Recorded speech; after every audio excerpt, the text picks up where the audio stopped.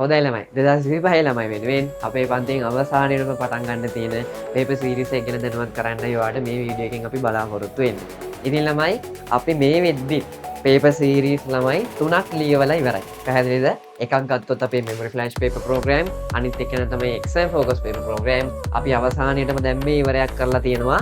final battle paper series එක ඉවරයක් කරලා තියෙනවා. ඉතින් ළමයි අපේ 2025 ළමයිට තව ඉතුරු වෙලා තියෙන හරියටම මාසයයි. ඉතින් මේ අවසාන මාසය තුල ළමයි ඔබ ලිවිය යුතු අනිවාර්ය ප්‍රශ්න පත්‍ර 4ක් කියලා අපි මේක තහවුරු ඇතුව කියනවා.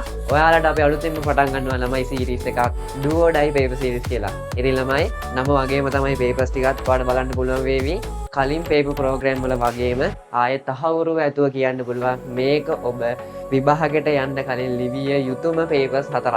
papers 4ක් කියලා කියන්නේ ඔයාලට ඉතුරු වෙලා තියෙන සති 4 තුල සතියකට එක full paper එක ගානේ අපි ඔයාලට full papers 4ක් ලියවනවා. එතකොට ඒ දේවල් බලලා දෙනවා. ඔයාව රෑන්ක් කරනවා. ඒ සියලුම දේවල් වෙනවා.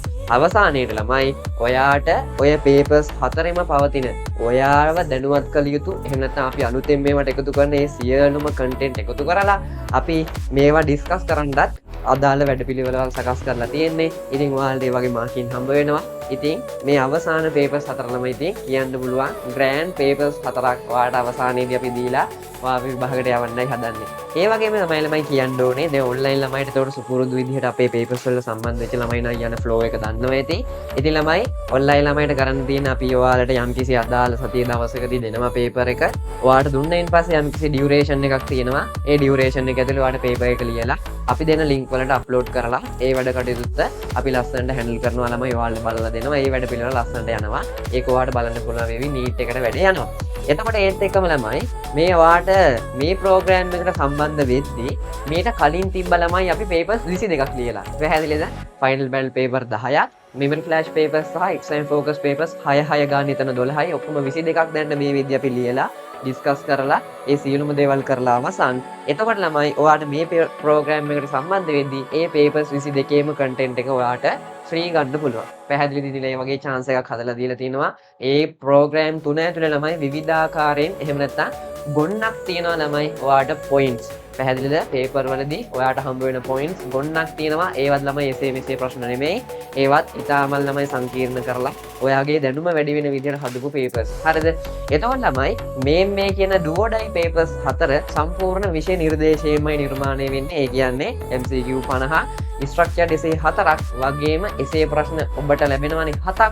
ඒ papers ඒ වගේම ළමයි ඔයාගේ exam flow එකටම එහෙම නැත්නම් exam එකේ structure එකටම ළමයි ඔයාට හම්බ වෙන papers 4ක් තමයි මේ do or die papers 4. ඉතින් ආපහු කියනවා ළමයි අවසානයේට ඔබ ලිවිය යුතුම papers 4ක් තමයි මේ අවසානයේට යන්නේ.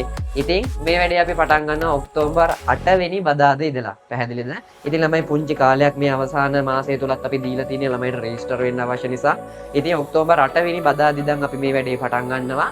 ඔබට ඔන්ලයින් විදිහට සහ ඔයාට භෞතික විදිහට සම්බන්ධ වෙන්න පුළුවන් ළමයි අපේ කෑගල්ලේ පන්තියත් එක්ක. එතකොට අපි කෑගල්ලේ තමයි භෞතික පන්ති කරන්නේ.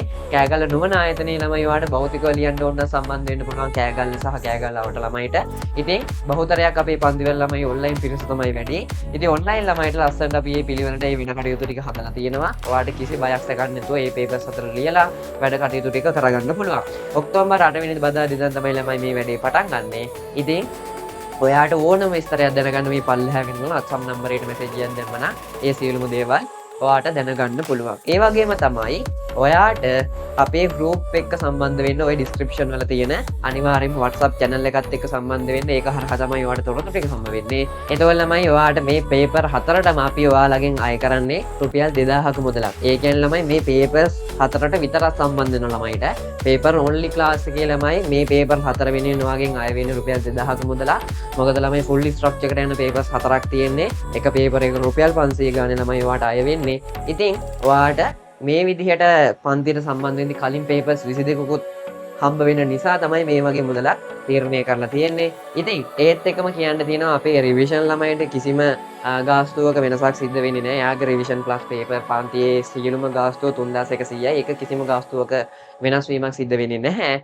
එතකොට ළමයි ඕන් ඔය කියන ආකාරයට ඔයාට ඒ මුදලක් ඇතුව අපේ පන්තියේ මේ වැඩේට සම්බන්ධ වෙලා වැඩ කටයුතු ටික ඔක්තෝබර් මාසය තුල කරගන්න පුළුවන්. ඉතින් ළමයි හැමදාමත් කියන වගේ අවසානයේදී කියන්න තියෙන්නේ ඔයා ඔයාගේ අරමුණ වෙනුවෙන් අවංකව වැඩ කරනවා නම් ඔයාට ඔයාගේ ජය නියතයි. ඔයාගේ තැන වාට ලස්සනට නිර්මාණය වෙලා තියේවි. ඉතින් ළමයි ඒ තැනට යනකම් ඔය අල්ලගෙන යන ගැම්ම ලස්සනට අල්ලගෙන යන්න ඒ දක්වා ඔයා අවංකව කැපවීමෙන් මහන්සි වෙලා වැඩ කරන්න. එහෙනම් අපි මේ වැඩේදී හමුවෙමු. හැමෝටම ජය වේවා. ඔක්තෝබර් 8 වෙනිදා ඉඳලා අපි පේපර්ස් එක ලියන්න එහෙනම් පටන් ගමු.